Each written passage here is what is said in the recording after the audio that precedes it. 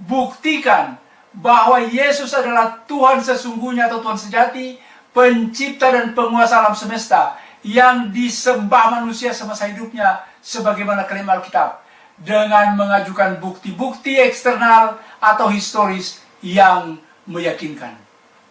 Kalau Anda bisa buktikan dengan meyakinkan, saya akan mentransfer langsung uang tunai 25 juta rupiah ke rekening Anda. Noverina Solihin, ambil tantangan Ustadz Dr. Sanihu Munir, 25 juta cash, jika bisa membuktikan bahwa Yesus adalah Tuhan.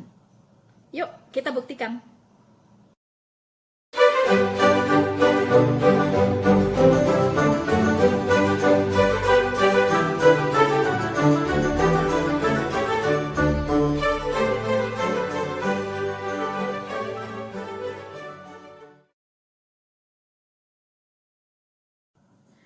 Halo teman-temanku semuanya, bertemu lagi dengan saya Rina Solihin dalam channel Rina Menjawab. Teman-teman, bagaimana kabar Anda sore ini? Tentunya selalu bersuka cita di dalam Tuhan, dan tahun ini sudah akan segera berakhir teman-teman. Semoga tahun depan, ya, di tahun yang baru kita mendapatkan semangat yang baru, harapan yang baru teman-teman ya, dan tetap setia di dalam Tuhan.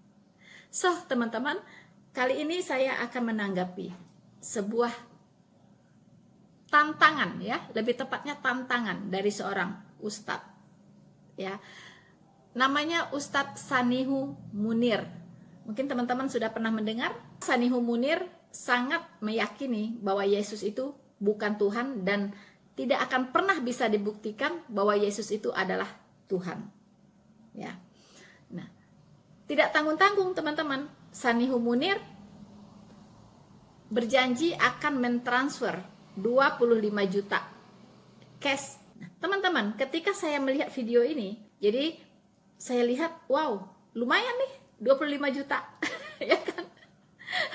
Hanya untuk membuktikan bahwa Yesus adalah Tuhan.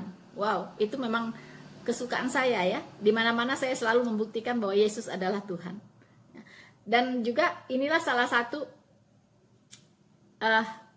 poin, ya, dimana saya bertobat menjadi seorang Kristen pengikut Yesus karena saya telah membuktikan bahwa Yesus adalah Tuhan. Mari teman-teman, kita ikutin ya apa yang akan saya katakan untuk membuktikan bahwa Yesus adalah Tuhan, dan semoga Bapak Sanihu Munir ini terpuaskan dan segera mentransfer ke rekening saya 25 juta. Lumayan, kita jajan-jajan teman-teman ya. Oke, jangan lupa teman-teman untuk like, subscribe, dan share video ini ya. Selalu dukung channel Noverina Solihin agar video-video berikutnya bisa lebih panas lagi teman-teman. So, Bapak Sanihu Munir, dengarkan ya, karena Anda sudah menawarkan siapapun yang bisa membuktikan bahwa Yesus adalah Tuhan akan ditransfer 25 juta. Betul ya?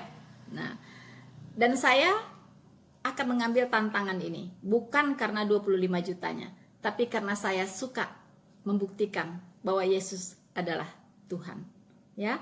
Dan jangan lupa untuk mendengarkan apa yang ingin saya sampaikan ini, ya. Dan saya berharap Anda simak baik-baik apa yang ingin saya sampaikan, bagaimana cara saya membuktikan bahwa Yesus itu adalah Tuhan. Tapi sebelum saya mulai membuktikan bahwa Yesus adalah Tuhan, saya ingin meluruskan satu pandangan, ya, atau paradigma yang salah dari Ustadz Sanihu Munir, bahwa dia mengatakan kalau dibuktikan melalui ayat-ayat Alkitab, itu bukan bukti katanya. Itu baru klaim. Ya. Nah, jadi ayat-ayat Alkitab itu bisa membuktikan bahwa Yesus itu adalah Tuhan, itu baru klaim katanya. Ya, mari kita dengarkan teman-teman apa kata Ustadz Sanihu Munir ini. Kelemahannya daripada Kristen ini adalah menganggap bahwa ayat yang dibacakan itu adalah sebagai bukti. Padahal itu baru klaim, ini adalah kelemahannya. Nah, bagaimana kita mengetahui bahwa itu kelemahan adalah contohnya debat dengan Diki Gadas. Bukan debat, tapi saya mengcounter video Diki Gadas yang mendukung tentang ketuhanan Yesus dalam ayat Alkitab. Di mana kelemahan Diki Gadas adalah ketika saya menantang Diki Gadas, buktikan bahwa Yesus itu Tuhan dengan hadiah 25 juta rupiah. Yang berkata seperti itu siapa? Saya menantang. Oh, Ustaz Sanihu. So, teman-teman, jelas ya bahwa Ustadz Sanihu menantang. Nah, saya mengambil tantangan ini, teman-teman, ya, bukan karena saya merasa hebat, tapi karena dia sebenarnya yang dia tantang adalah Tuhan Yesus sendiri. Buktikan bahwa dirimu adalah Tuhan. Sebenarnya itu, ya. Nah, sebagai seorang penginjil, tentunya saya berkepentingan untuk mengambil tantangan ini, ya. Karena saya jadi Kristen, itu juga dari tidak percaya bahwa Yesus adalah Tuhan, menjadi percaya bahwa Yesus adalah Tuhan. Nah, saya akan bagikan pengalaman saya ini, poin-poin penting yang membuat saya percaya bahwa Yesus adalah Tuhan. Dan tentunya saya juga akan mengikuti iramanya Ustadz Sanihu Munir ini. Teman-teman, dari apa yang dikatakan oleh Ustadz Sanihu Munir tadi, ya, ada satu poin yang ingin saya luruskan, teman-teman, yaitu dia mengatakan bahwa ayat Alkitab bukan bukti, tetapi itu baru klaim. Nah, ya, jadi sebenarnya ini nggak jelas apa maksudnya gitu ya. Apa maksudnya gitu? Bahwa ayat Alkitab itu bukan bukti, tapi baru klaim, ya. Nah, tapi oke lah, ya, dia punya pemikiran seperti itu. Sebenarnya itu juga masih rancu sekali, masih nggak jelas gitu, ya, nggak jelas apa yang dia maksud begitu. Tapi oke, ya, tapi saya ajukan satu pertanyaan untuk membuat hal itu menjadi clear. Saya ajukan satu pertanyaan kepada Bapak Sanihu Munir, ya, yaitu Anda tahu dari mana bahwa Yesus itu bukan Tuhan? Anda tahu dari mana bahwa Yesus itu bukan Tuhan? Coba Anda jawab. Saya pastikan Anda akan menjawab dari kitab Anda, dari Al-Quran. Betul? Karena Anda tidak hidup di zamannya Tuhan Yesus, dan Anda tidak pernah melihat Tuhan Yesus, dan Anda tidak pernah memiliki pengalaman pribadi dengan Tuhan Yesus. Pasti Anda meyakini bahwa Yesus itu bukan Tuhan dari kitab Anda. Oke? Ya. Lalu pertanyaan kedua, bagaimana caranya kitab Anda atau Al-Quran itu memberitahu Anda dan membuktikan kepada Anda bahwa Yesus bukan Tuhan? Saya ulangi. Bagaimana caranya kitab Anda, yaitu Al-Quran, memberitahu Anda dan membuktikan kepada Anda bahwa Yesus bukan Tuhan? Coba Anda jelaskan kepada saya, bagaimana caranya Quran Anda membuktikan bahwa Yesus bukan Tuhan? Bagaimana caranya? Apakah Yesus keluar dari dalam Quran seperti apa? Seperti Aladin, ya kan? Lalu ngomong ke Anda, Mr. Sanihu, saya Yesus. Saya katakan bahwa saya bukan Tuhan. Lalu dia masuk lagi ke dalam Quran Anda. Apakah demikian? Apakah dengan cara demikian? Ataukah Anda tahu bahwa Yesus bukan Tuhan dari ayat yang tertulis di dalam kitab Anda? Ayo, dijawab dengan jujur. Bahwa Anda tahu, ya, sampai Anda yakin bahwa Yesus itu bukan Tuhan karena apa yang tertulis di dalam kitab Anda. Nah, jika demikian,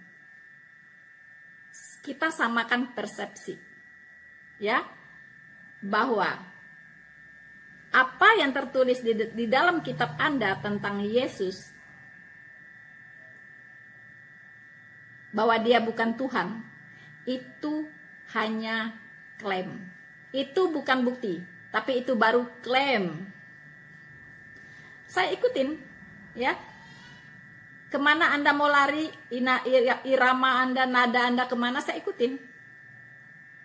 Jadi, apa yang tertulis di dalam kitab Anda, yaitu ayat-ayat yang ada di kitab Anda, itu bukan bukti bahwa Yesus bukan Tuhan, tetapi itu baru klaim. So, berarti apa? Berarti Anda tidak bisa membuktikan bahwa Yesus bukan Tuhan. Oke? Tapi Pak Sanihu Munir, sorry, ya. Kalau kita pakai paradigma yang demikian, ya kan? Itu kita melawan yang namanya akal sehat. Ya kan? Makanya saya tidak mau pakai cara Anda, gitu, ya. Karena kalau saya pakai cara Anda, maka Anda membuktikan bahwa Yesus itu bukan Tuhan juga dari ayat yang ada di Alkitab Anda mental sendiri. Anda mental. Ya kan? Berarti itu bukan satu apa ya? Bukan sesuatu yang realistis begitu. Yang logis. Tidak, Anda mengada-ngada. Anda mengada-ngada. Ya. Jadi, maaf, Anda melawan akal sehat. Oke? Karena itu, saya tahu bahwa ketika saya tanya dengan cara apa Anda tahu dari Quran bahwa Yesus bukan Tuhan, selain dari membaca yang tertulis di dalam Al-Quran Anda, memang tidak ada cara lain selain dari itu. Tidak ada cara lain. Ya, oke? Jadi, tidak benar, ya, bahwa memakai dasar ayat itu bukan bukti, tapi klaim. Itu salah, ya. Justru ayat-ayat Alkitab itulah bukti kebenaran. Karena itu firman Tuhan, ya. Karena itu adalah firman dari Allah sendiri. Dan Allah tidak pernah salah berfirman. Firman-Nya itu adalah kebenaran, ya. Jadi Anda jangan merendahkan firman Tuhan. Tidak ada otoritas yang lebih tinggi daripada firman Tuhan yang tertulis di dalam Alkitab, ya. Dan firman Tuhan yang ada di Alkitab itu adalah standar kebenaran, standar tertinggi, ya, dan satu-satunya, ya, yaitu Alkitab sebagai firman tertulis. Oke? Nah, mari kita baca 2 Timotius 3 ayat 16, ya, 2 Timotius 3 ayat 16. Ya. Di situ dikatakan, segala tulisan yang diilhamkan oleh Allah memang bermanfaat untuk mengajar, untuk menyatakan kesalahan, untuk memperbaiki kelakuan, dan untuk mendidik orang dalam kebenaran. So, jadi bukan karangan manusia. Firman itu bukan karangan manusia, tapi adalah tulisan yang diilhamkan oleh Allah kepada para penulis Alkitab. Ya, nah, dalam menuliskan itu, dalam menuliskan firman, ya, para penulis ini dituntun oleh Roh Kudus. Jadi nggak sembarangan, ada penuntunnya, ya, ada penuntunnya, yaitu Roh Allah sendiri, yaitu Roh Kudus. Pada saat menuliskan firman tersebut. Oke, Ustadz Sanihu? Untuk buktinya, kita bisa baca juga di Mazmur 119 ayat 160, ya. Berbunyi, dasar firman-Mu adalah kebenaran. So, dasar firman Tuhan itu adalah kebenaran. Kemudian, di Yohanes 17 ayat 17 dikatakan, kuduskanlah mereka dalam kebenaran. Firman-Mu adalah kebenaran. So, firman Tuhan adalah kebenaran. Ya, pastinya untuk membuktikan Yesus adalah Tuhan hanya berdasarkan firman Tuhan. Karena tidak ada kebenaran di luar firman Tuhan.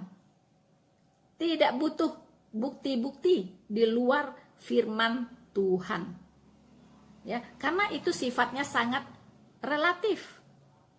Dan tidak ada di situ dikatakan itulah kebenaran. Kebenaran hanya firman Allah. Dasar firman-Mu adalah kebenaran. Oke? Ya, maka tidak ada pilihan lain, ya, tidak ada pilihan lain. Saya akan membuktikan bahwa Yesus adalah Tuhan berdasarkan firman Tuhan. Berdasarkan firman Tuhan. Ya, firman Tuhan adalah bukti, bukan klaim. Karena klaim itu berasal dari manusia, bukan dari Allah. Allah tidak pernah mengklaim sesuatu. Ya, Allah tidak pernah mengklaim sesuatu, tapi manusia yang tukang klaim. Oke? Ya, firman Tuhan tidak berisi klaim-klaiman. Yesus itu Tuhan, pencipta alam semesta. Nah, bukti bahwa Yesus mencipta itu apa? Apakah ada buktinya bahwa Yesus menciptakan matahari? Yesus menciptakan, dia mengatakan, "Hei kalian, saya menciptakan matahari atau menciptakan bulan," kan tidak ada. Iya. So, teman-teman, ya, dia mempertanyakan kalau Yesus itu Tuhan, apakah dia itu pencipta? Ya, karena Tuhan itu adalah pencipta. Nah, apa buktinya bahwa Yesus itu adalah pencipta?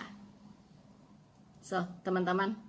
So, Bapak Sanihu Munir, saya akan membuktikan bahwa Yesus itu adalah Tuhan Sang Pencipta. Ya. Mari kita buka Injil Yohanes pasal 1 ayat 1 dan ayat 10 sampai 12. Ya. Nah, pada bulannya adalah firman. Firman itu bersama-sama dengan Allah dan firman itu adalah Allah. Garis bawahi kata firman. Ya, karena akan berhubungan dengan penjelasan saya selanjutnya. Ya, catat ya. Garis bawahi kata firman, ya, firman. Ya. Ia pada mulanya bersama-sama dengan Allah. Segala sesuatu dijadikan oleh Dia dan tanpa Dia tidak ada suatu pun yang telah jadi dari segala yang telah dijadikan. So, jadi firman itu Dia itu adalah menjadikan segala sesuatu, yaitu Dia adalah pencipta. Ya. Garis bawahi, firman tadi itu menjadikan segala sesuatu. Artinya firman itu adalah pencipta. Ya. Kemudian ayat 10. Ia telah ada di dalam dunia. Nah, firman itu turun ke dunia. Ya. Firman tadi, firman pencipta itu turun ke dunia, ya. Dia telah ada di dalam dunia, dunia dijadikan olehnya. Ya, jadi dunia dijadikan oleh firman itu. Nah, tetapi dunia tidak mengenalnya. Seperti Bapak Sanihu Munir tidak mengenal firman itu. Ya, ia datang kepada milik kepunyaannya, tetapi orang-orang kepunyaannya itu tidak menerimanya. Ya. Nah, Bapak Sanihu Munir adalah kepunyaannya Allah. Allah karena Dia yang menciptakan Pak Sanihu Munir, tapi Pak Sanihu Munir tidak menerimanya. Karena Bapak tidak mengenalnya. Ya. Tetapi semua orang yang menerimanya diberinya kuasa supaya menjadi anak-anak Allah, yaitu mereka yang percaya di dalam namanya. Ya. Seperti saya percaya kepada firman itu dan saya diberikan kuasa menjadi anak-anak Allah. Ya, dulu sebelum saya percaya, saya adalah anak-anak iblis. Ya, anak-anak pendosa. Tetapi setelah saya percaya kepada firman itu, maka saya diberikan kuasa menjadi anak-anak Allah. Keren nggak? Keren sekali, ya. Nah, ayat 14 dikatakan firman itu telah menjadi manusia. Nah, dialah Yesus Kristus Tuhan, yaitu Allah Sang Pencipta. Ya, karena tadi dikatakan firman itu adalah Allah. Dan firman itu telah menjadi manusia. Dan dia adalah Sang Pencipta. Clear? Pak Sani Munir? Untuk lebih jelasnya, kita lihat di kitab Kejadian di saat penciptaan dimulai. Ya. Di situ juga sama tertulis pada mulanya, sama dengan Injil Yohanes tadi, pada mulanya. Ya, sama.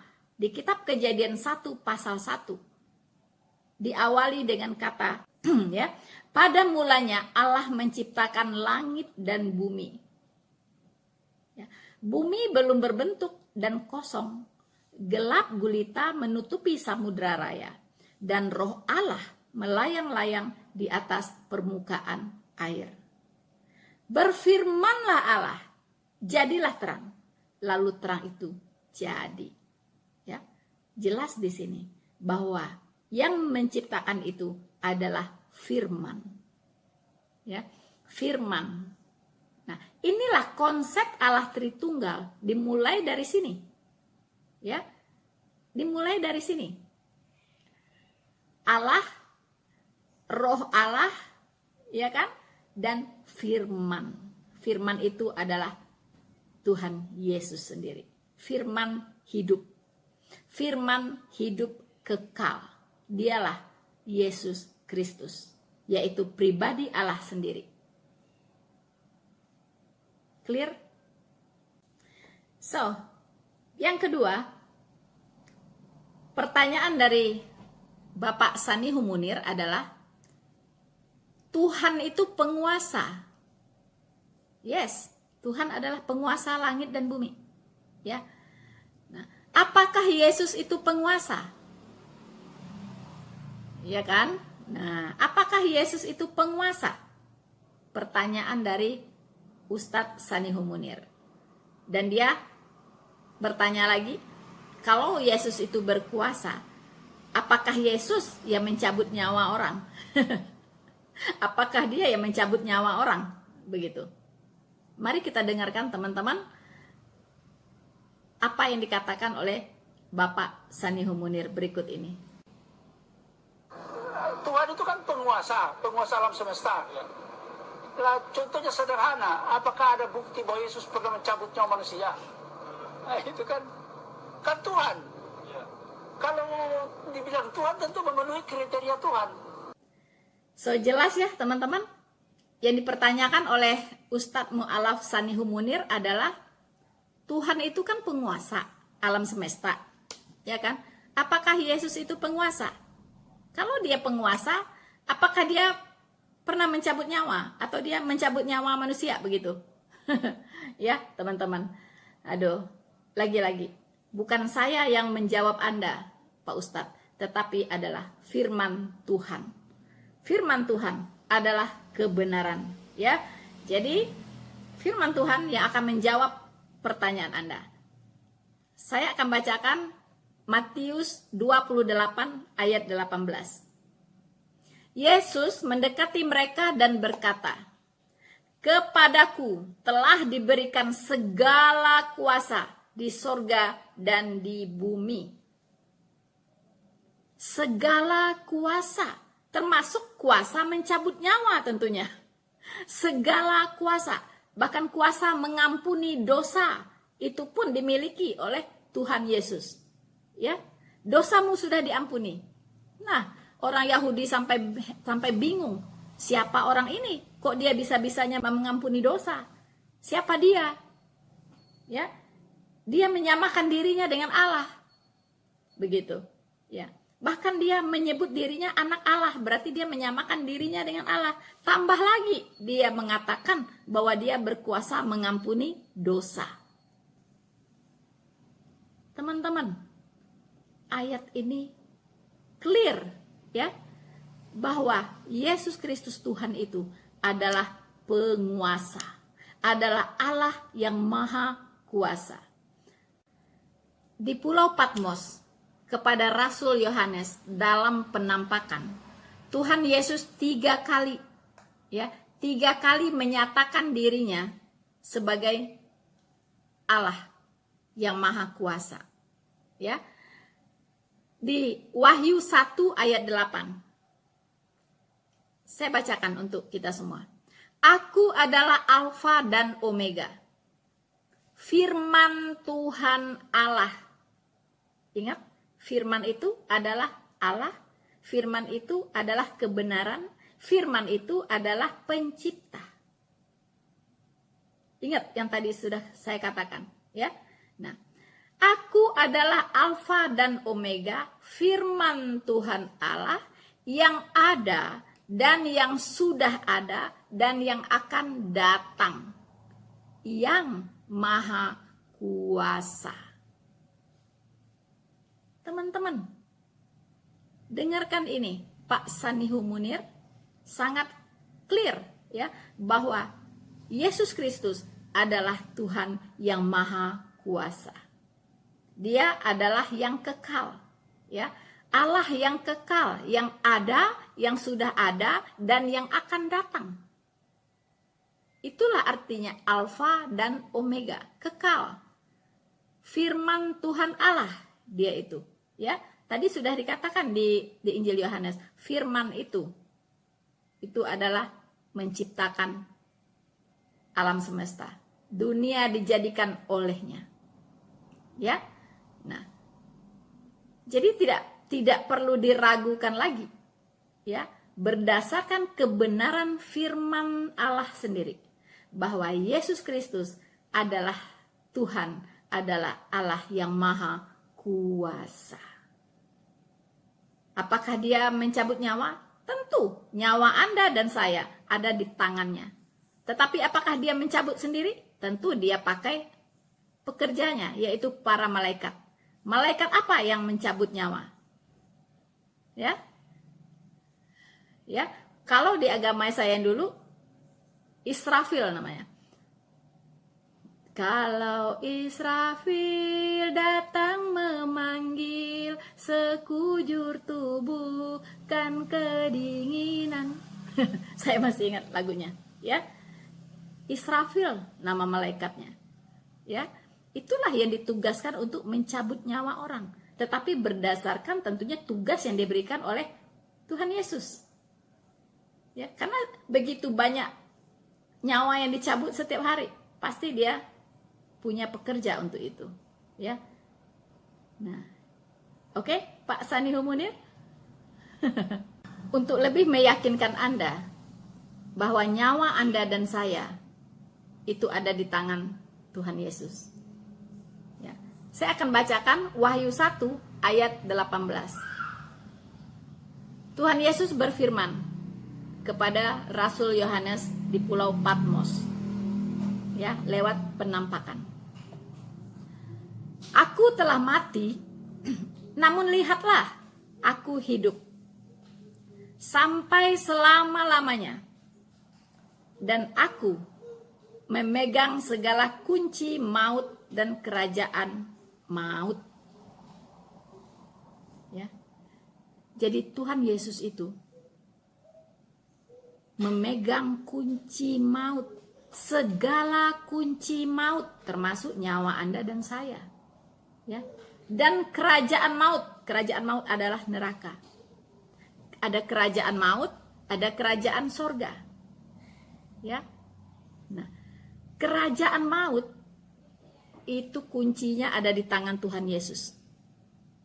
Jadi Tuhan Yesus punya kuasa membukakan pintu neraka itu untuk semua orang yang tidak percaya kepadanya. Apalagi yang menghujat dia. Wow, itu berbahaya sekali. Itu hukuman terberat. Hukumannya sangat berat, ya, yang telah disediakan oleh Tuhan Yesus. Terutama bagi mereka yang menghujat anak Allah, yang menghina roh kasih karunia, ya, yang menghina penyaliban. Itu sangat berat hukumannya, yaitu Anda berbuat dosa kekal. Dan Tuhan Yesus siap untuk membuka kunci neraka dan melemparkan Anda ke dalam. Karena dikatakan, aku telah mati, namun lihatlah, aku hidup. Dia telah bangkit, saudara-saudara. Sampai selama-lamanya. Ya, sampai selama-lamanya. Dan aku memegang segala kunci maut dan kerajaan maut. Makanya Tuhan Yesus setelah dia disalibkan, kemudian dia mati, turun ke bumi paling bawah yaitu neraka, kemudian hari ketiga dia bangkit. Kenapa dia bisa keluar dari neraka? Karena dia memegang kunci kerajaan maut. Jangan salah. Ya, dia memegang kunci maut. Teman-teman, pertanyaan ketiga dari Ustadz Mu'alaf Sanihu Munir adalah, Tuhan itu kan disembah. Apakah Yesus itu disembah? Apakah Maria menyembah Yesus? Atau adakah orang menyembah Yesus? Di saat Yesus waktu itu 3,5 tahun dalam melayani. Ya, apakah ada yang menyembah Yesus? Selama dia hidup 33 tahun, apakah ada yang menyembah Yesus? Pak Sanihu Munir, saya akan membuktikan ya bahwa Tuhan Yesus ingin semua orang menyembah Dia. Ya, semua manusia menyembah Dia karena Dia adalah Tuhan yang memang layak untuk disembah. Ya. Dan bahkan sudah diingatkan di Alkitab. Ya, manusia tidak boleh menyembah apapun selain daripada Tuhan sendiri. Nah, saya akan bacakan Matius 29 ayat 16 sampai 20. Tolong ini didengarkan baik-baik. Ya, karena jangan lihat apa yang tertulis, tapi apa makna di balik itu semua. Saya pikir Anda seorang dokter dan Anda cukup cerdas untuk melihat apa yang tersirat, bukan hanya apa yang tersurat. Oke? Saya akan bacakan untuk kita semua. Dan ke-11 murid itu berangkat ke Galilea, ke bukit yang telah ditunjukkan Yesus kepada mereka. Ketika melihat Dia, mereka menyembahnya. Garis bawahi, ketika melihat Yesus, ya, murid-murid ini, ke-11 murid-murid ini menyembahnya. Berarti semua murid menyembah Yesus. Karena semua murid tahu bahwa Yesus adalah Tuhan. Oke? Nah, tetapi, dengarkan ini baik-baik, ini sangat penting. Tetapi, beberapa orang ragu-ragu. Nah, dari ke-11 murid ini, ada beberapa orang yang ragu-ragu untuk menyembah Yesus. Lalu apa kata Yesus kepada yang ragu-ragu ini? Yesus mendekati mereka dan berkata, "Kepadaku telah diberikan segala kuasa di sorga dan di bumi. Karena itu, pergilah, jadikanlah semua bangsa muridku, dan baptislah mereka dalam nama Bapa dan Anak dan Roh Kudus. Dan ajarlah mereka melakukan segala sesuatu yang telah kuperintahkan kepadamu, dan ketahuilah, aku menyertai kamu senantiasa sampai kepada akhir zaman." So, Pak Sanihu, Anda bisa menyertai istri Anda selama Anda hidup, betul? Anda bisa menyertai anak-anak Anda selama Anda hidup, betul? Tetapi setelah kontrak Anda habis di dunia ini, Anda tidak bisa lagi menyertai mereka. Karena dunia orang mati sudah terputus dengan dunia orang hidup. Oke? Nah, Tapi Tuhan Yesus berkata, Aku menyertai kamu senantiasa sampai kepada akhir zaman. Siapa dia? Kalau bukan dia adalah Tuhan, yaitu Allah sendiri. Ya, yang menyertai hidup semua orang yang percaya kepadanya sampai akhir zaman. Ya, karena dia kekal. Dia Allah yang kekal. Tadi dia katakan, aku sudah mati namun aku hidup selama-lamanya. Masih ingat di kitab Wahyu? Jadi ayat-ayat Alkitab itu saling berhubungan.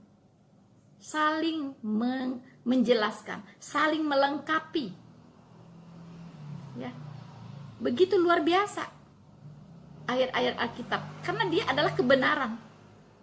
Mau diapa-apain juga tetap kebenaran. Mau dijungkir balikkan juga dia tetap kebenaran.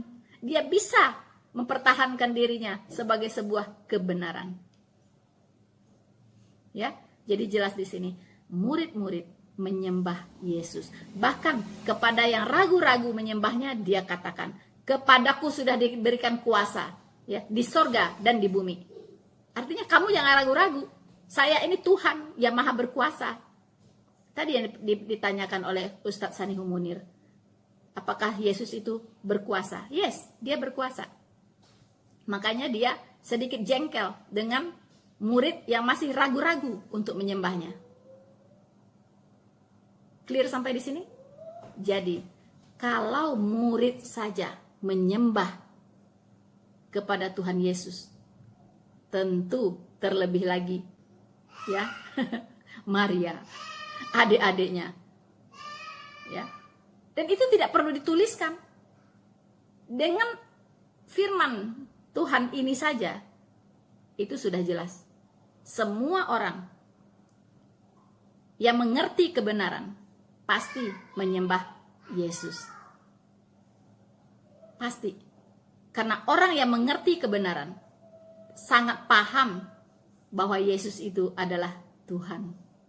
Adalah Allah yang menjadi manusia, yang layak untuk disembah. Oke? Untuk supaya memuaskan Ustadz Sanihu Munir bahwa Yesus itu betul-betul layak untuk disembah, dan dia memang telah disembah, ya. Nah, saya akan bacakan Yohanes 9 ayat 35.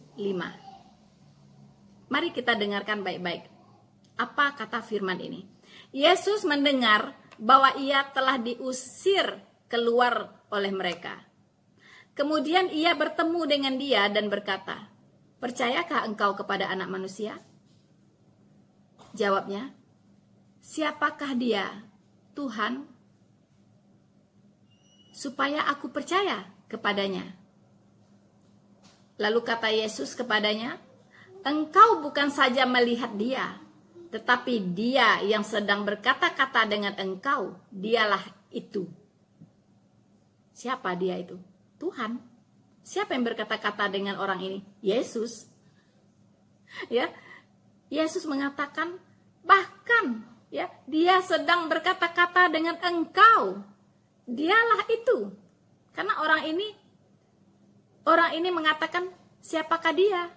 Apakah dia Tuhan? Nah, supaya aku percaya kepadanya. Ini kan Tuhan Yesus bicara tentang Anak Manusia. Ya, dia bertanya kepada orang ini, "Percayakah engkau kepada Anak Manusia?" Ya. Lalu jawab orang itu, "Siapakah dia? Tuhan." Ya kan? Supaya aku percaya kepadanya. Jadi kalau dia Tuhan, aku percaya kepadanya, begitu. Kalau dia bukan Tuhan, aku untuk apa percaya? Ya kan? Nah, kata Yesus kepadanya, "Engkau bukan saja melihat dia, ya, tetapi dia yang sedang berkata-kata dengan engkau ini loh, sekarang ini loh, yang berkata-kata kepada engkau ini loh, ya, dialah itu." Yaitu Tuhan. Kata Yesus. Ya. Lalu kata orang ini, "Aku percaya Tuhan." Lalu ia sujud menyembahnya. Orang itu percaya bahwa Yesus adalah Tuhan, lalu dia sujud menyembah Yesus. Ya, lalu ia sujud menyembahnya. Lalu kata Yesus, "Aku datang ke dalam dunia ini untuk menghakimi." Ya, supaya barang siapa yang tidak melihat dapat melihat. Supaya barang siapa yang dapat melihat menjadi buta. Ini dalam sekali pengertiannya. So, teman-teman, masih ada pertanyaan dari Ustadz Mu'alaf Sanihu Munir. Yang keempat, yaitu Yesus itu melakukan mujizat karena diberikan kuasa oleh Tuhan. Jadi bukan dia itu, mujizat itu dari dirinya sendiri, punya kuasa sendiri, enggak. Karena Tuhan memberi dia kuasa, seperti membangkitkan orang mati, menyembuhkan orang sakit, itu karena dia diberikan kuasa oleh Tuhan. Menurut Ustadz Sanihu Munir. Ini menarik. Ya, ini menarik. Tuhan Yesus, untuk diketahui, Tuhan Yesus ya, itu sudah mengatakan bahwa ya, apa yang dikerjakan Bapa, dia pun mengerjakannya. Ini kita bisa lihat di Yohanes 5 ayat 17. Berbunyi, "Tetapi ia berkata kepada mereka, Bapakku bekerja sampai sekarang, maka aku pun bekerja juga." Kok bisa? Ya, kita manusia biasa nih. Apa hubungannya pekerjaan kita dengan pekerjaan Bapa di sorga? Nggak ada hubungannya. Pekerjaan Bapa beda lagi, pekerjaan kita beda lagi. Ya, tapi kok pekerjaannya Tuhan Yesus dengan pekerjaannya Bapa di sorga itu sama. Apa yang dikerjakan Bapa, itu pula yang dia kerjakan. Nah, disinilah teman-teman, lagi-lagi menjelaskan bahwa Yesus itu adalah Bapa itu sendiri. Makanya di Yohanes 10 ayat 30, dia mengatakan, "Aku dan Bapa adalah satu." Jadi, berhubungan dengan mukjizat tadi, ya, yang dipertanyakan oleh Ustadz Sanihu Munir, ya, bahwa Yesus itu membangkitkan orang mati itu karena dia diberikan kuasa oleh Tuhan. Ya. Mari kita lihat, benarkah demikian? Yohanes 5 ayat 21. "Sebab sama seperti Bapa," ini Tuhan Yesus yang ngomong ya, "sebab sama seperti Bapa membangkitkan orang-orang mati dan menghidupkannya. Demikian juga Anak menghidupkan barang siapa yang dikehendakinya." Halo? Barang siapa yang dikehendakinya. Ya, yang dikehendaki oleh siapa? Oleh Tuhan Yesus. Dia mau hidupkan orang, ya, mau mematikan orang, itu suka-suka dia. Begitu, suka-suka dia. Ya. Itu menyatakan bahwa dia dan Bapa itu sama, gitu, ya. Hakikatnya sama, yaitu Allah itu sendiri. Begitu. Jadi Bapa itu melakukan, ya, membangkitkan orang mati dan menghidupkannya. Demikian juga Anak menghidupkan barang siapa yang dikehendakinya. Clear, teman-teman. Tidak ada firman Tuhan yang salah. Karena firman Tuhan bisa membela dirinya sendiri sebagai sebuah kebenaran. Ya. Mau dibolak-balik, kebenaran tetap akan menyatakan dirinya. Ya. Karena dia Allah itu sendiri. Dia punya kuasa untuk melakukan mujizat apapun yang dia kehendaki. Dia katakan, "Berjalanlah, angkatlah tilammu, berjalanlah." Kepada orang lumpuh yang sudah 38 tahun. Saat itu juga orang itu berjalan. Sembuh. Saat itu orang itu sembuh. Hanya dengan firman. Firman itu berkuasa. Ya, beda.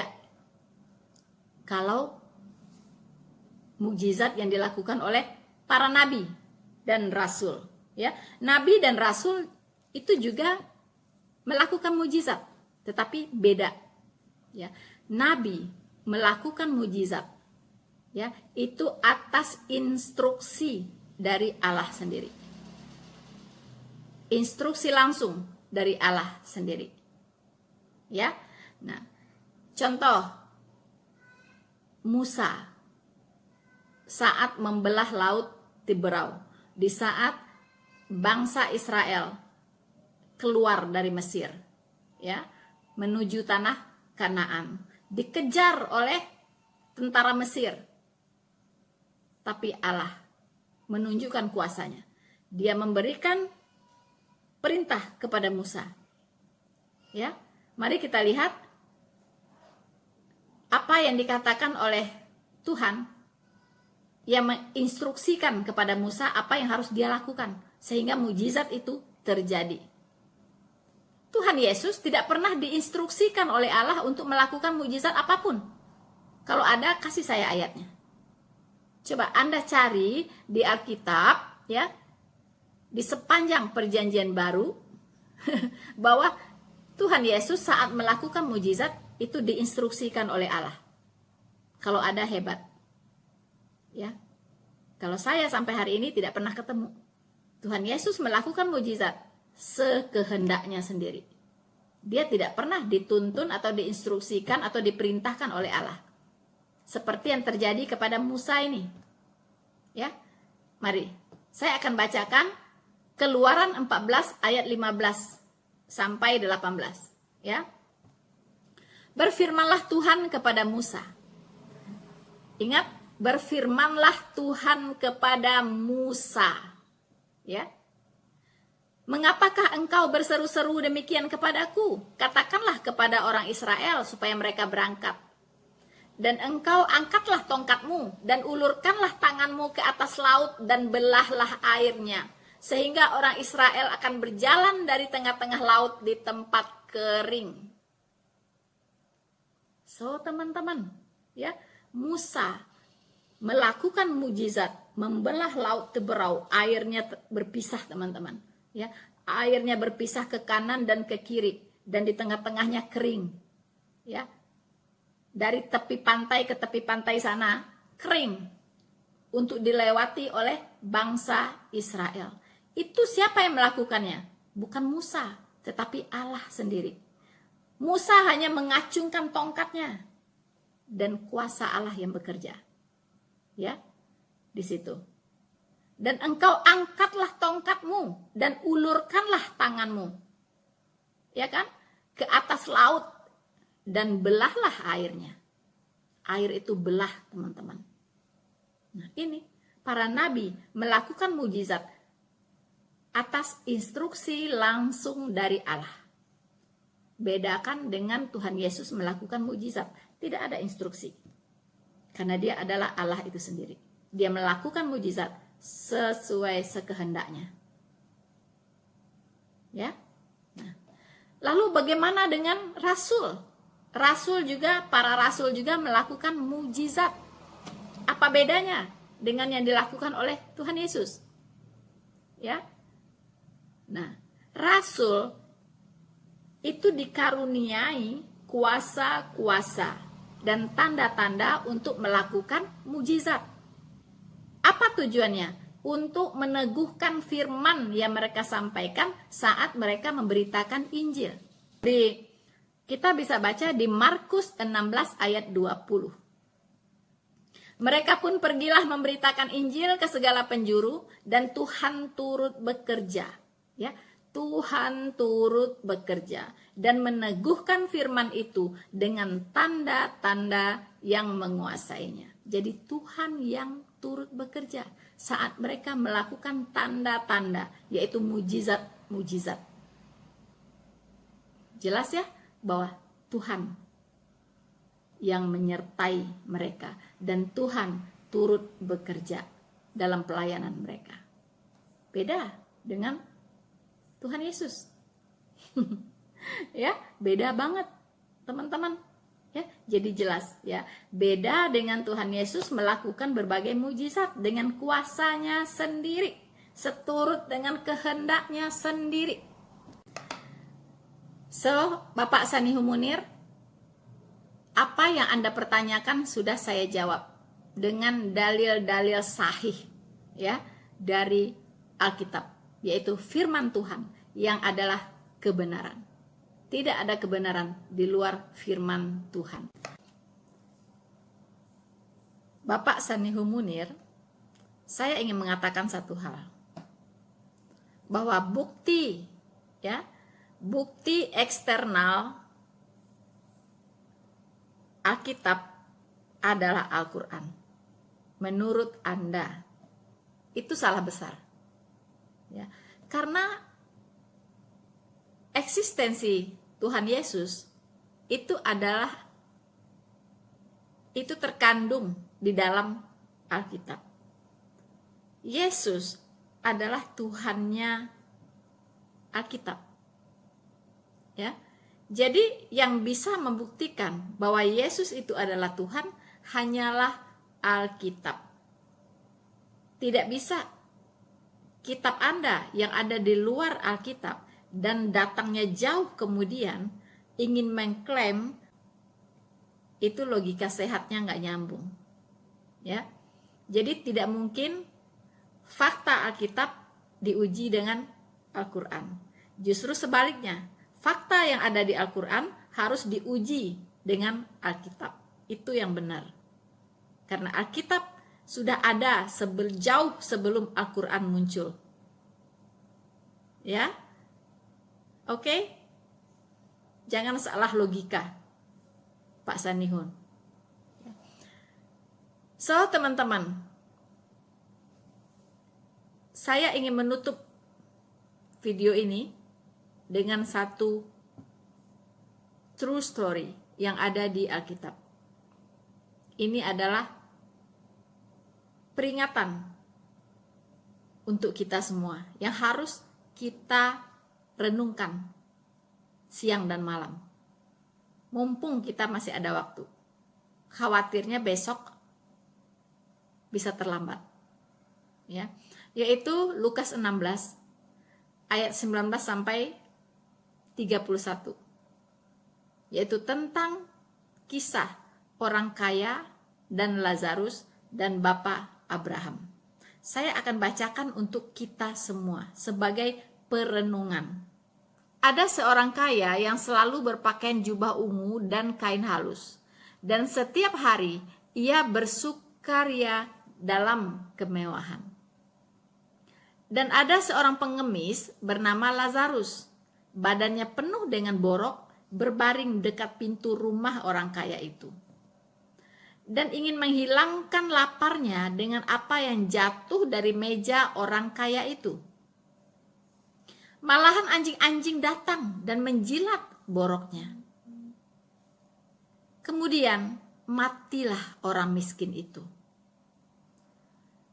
Lalu dibawa oleh malaikat ke pangkuan Abraham. Orang kaya itu mati juga, lalu dikubur. Dan sementara ia menderita sengsara di alam maut, ia memandang ke atas, dan dari jauh dilihatnya Abraham dan Lazarus duduk di pangkuannya. Lalu ia berseru, katanya, Bapa Abraham, kasihanilah aku ini. Kasihanilah aku, suruhlah Lazarus supaya ia mencelupkan ujung jarinya ke dalam air dan menyejukkan lidahku. Sebab aku sangat kesakitan dalam nyala api ini. Tetapi Abraham berkata, Anak, ingatlah bahwa engkau telah menerima segala yang baik sewaktu hidupmu. Sedangkan Lazarus segala yang buruk. Sekarang ia mendapat hiburan dan engkau sangat menderita. Selain daripada itu, di antara kami dan engkau terbentang jurang yang tak terseberangi. Supaya mereka yang mau pergi ke sini dari sini kepadamu, ataupun mereka yang mau datang dari situ kepada kami, tidak dapat menyeberang. Kata orang itu, "Kalau demikian, aku minta kepadamu, Bapa, supaya engkau menyuruh dia ke rumah ayahku. Sebab masih ada 5 orang saudaraku, supaya ia memperingati mereka dengan sungguh-sungguh, agar mereka jangan masuk kelak ke dalam tempat penderitaan ini." Tetapi kata Abraham, ada pada mereka kesaksian Musa dan para nabi. Baiklah mereka mendengarkan kesaksian itu. Jawab orang itu, tidak Bapa Abraham. Tetapi jika ada seorang yang datang dari antara orang mati kepada mereka, mereka akan bertobat. Kata Abraham kepadanya, jika mereka tidak mendengarkan kesaksian Musa dan para nabi, mereka juga tidak akan mau diyakinkan, sekalipun oleh seorang yang bangkit dari antara orang mati. Saudara-saudaraku yang terkasih di dalam Tuhan dan Bapak Sanihu Munir yang terhormat, ini adalah peringatan untuk kita yang masih hidup. Apakah kita akan mengikuti jejaknya orang kaya itu? Atau kita akan mengikuti jejaknya Lazarus? Yang semasa hidupnya Lazarus percaya kepada Tuhan Yesus. Dan dia kembali kepada kekekalan, yaitu ke surga. Sementara si orang kaya menolak Yesus Kristus dan tempat kembalinya adalah ke neraka. Ketika dia mati, ketika dia sudah masuk ke dalam api dan di dalam jurang yang tidak terseberangi itu, dia baru sadar bahwa selama hidupnya dia sudah menyia-nyiakan kesempatan. Dia tidak menggunakan usia yang dia jalani, usia yang diberikan oleh Tuhan kepadanya untuk mengenal kebenaran dan mengikuti kebenaran itu. Tapi penyesalan selalu datangnya terakhir. Dan sayangnya sudah terlambat. Tapi Bapak Abraham memperingatkan, walaupun hari ini ada orang yang mati datang kepada kita memberitahukan bahwa Yesus Kristus adalah Tuhan, belum tentu orang mau menerimanya. Walaupun yang keluar dari kubur memberitahukan itu, tapi sayang itu tidak mungkin. Lazarus sudah mati dan Lazarus tidak bisa lagi pergi ke rumah si orang kaya untuk memberitahukan keluarganya tentang kebenaran itu. Bapak Abraham mengatakan, kesaksian para nabi cukup untuk membuat setiap orang bertobat. Kesaksian para nabi tentang apa? Tidak lain dan tidak bukan tentang Yesus Kristus, penebus dan juru selamat dunia. Hanya melalui iman kepada Yesus Kristus seseorang bisa sampai ke surga. Mari kita baca Yohanes 5 ayat 39. Apa yang dikatakan oleh Tuhan Yesus? Kamu menyelidiki kitab suci, sebab kamu menyangka bahwa olehnya kamu mempunyai hidup yang kekal. Tetapi walaupun kitab suci itu memberi kesaksian tentang aku, kamu tidak mau datang kepadaku untuk mendapatkan hidup itu. So, walaupun kitab suci sudah bersaksi tentang Kristus, banyak orang yang tidak mau percaya. Itulah seperti si orang kaya tadi. Ya. Bahkan Tuhan Yesus mengatakan, sebab jikalau kamu percaya kepada Musa, tentu kamu akan percaya juga kepadaku, sebab ia telah menulis tentang aku. Tetapi jikalau kamu tidak percaya akan apa yang ditulisnya, bagaimanakah kamu akan percaya akan apa yang kukatakan? So, Alkitab sudah memberitahukan Anda hari ini. Tinggal Anda mengikuti jejak orang kaya atau Anda mengikuti jejak Lazarus. It's your choice. Tidak ada yang bisa memaksa. So teman-teman, saya kira sekian dulu apa yang bisa saya bagikan hari ini. Dan inilah jawaban yang bisa saya berikan kepada tantangan ya yang diberikan oleh Ustadz Mu'alaf Sanihul Munir. Jika Anda merasa puas ya, dan jika Anda menerima pembuktian saya tentang ketuhanan Yesus hari ini, jangan lupa transfer 25 juta ke rekening saya. Sesuai janji. Janji adalah hutang. Oke? Tuhan Yesus memberkati kita semua, teman-teman. Terima kasih atas dukungan Anda. Jangan lupa untuk like, subscribe, dan share video ini. Maranatha.